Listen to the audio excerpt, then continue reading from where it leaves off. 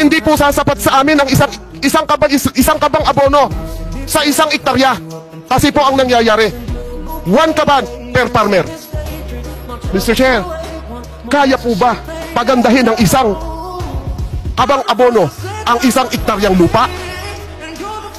Sa ganitong pagkakataon po, Mr. Chair, nangungutang kami.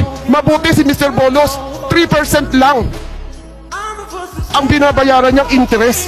Kami po sa Occidental Mindoro, 7% hanggang 10%. Kinakagat po namin yan, makapagsaka lang. Maitaguyod lamang po namin ang buhay ng aming pamilya. Mr. Chair, napakasakit isipin na sinasabi ninyong lahat, bayani kami. Pero nasaan? Itinuring nyo kaming bayani pero kinalimutan kami. Limot na bayani kami. Di po ba? Limot na bayani na po kami, Mr. Chair.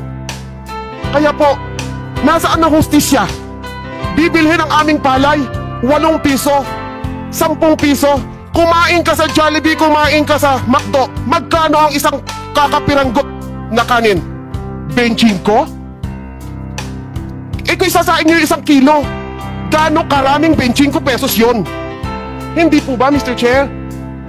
Kaya po nasaan ang hustisya sa aming mga magsasaka? Sana po, ito pong lahat ng aming mga hinaing na ito, opo, wala po akong datos na hawak na katulad nila. Sabi ko nga po sa inyo, hindi ako master degree. Wala po akong ganong kataas na pinag-aralan. Pero po, bilang isang anak ng magsasaka at itinataguyod ko ang magsasaka ng Occidental Mindoro, dahil alam ko po sa mga panahon na ito, sa mga oras na ito, nakikinig sila, nagbubunyi sila dahil may isa magsasaka na itinatayo ang aming antas. Mr. Chair, sana po darating ang oras na maipadala namin ang aming mga hinaing, ang aming mga nais pang mangyari para sa aming hanay. Kami po ay naririto upang ipaalam sa inyo na kami ay hirap na. Baong-baon na kami.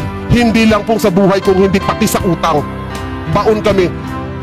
Nagpapautang po. Marami pong agency, ang Land Bank nagpapautang. Pero yun nga po, bago kami makahiram, 1 truck na papeles ang kaming kailangan. Mr. Chair, katulad ko po, at hindi lang po ako, marami po sa hanay namin ang halos ay walang pinag-aralan.